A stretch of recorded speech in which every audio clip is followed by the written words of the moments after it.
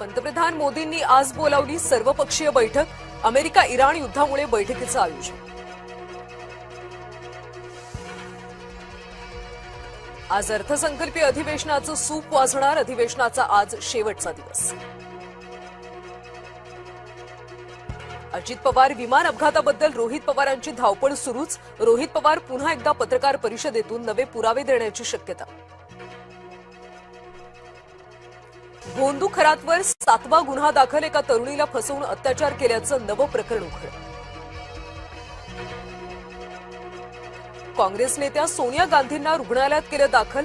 छातीत दुखत असल्यानं केलं रुग्णालयात दाखल. राहुल आणि प्रियंका गांधी दोघेही रुग्णालयात उपस्थित.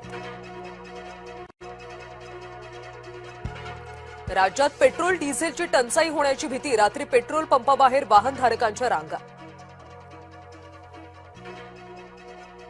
डोनाल्ड ट्रम्प यांचा पंतप्रधान मोदींना फोन. पश्चिम आशियातल्या सद्यस्थितीवर चर्चा. होर्मुझची सामुद्रधुनी खुली ठेवण्यावर भर.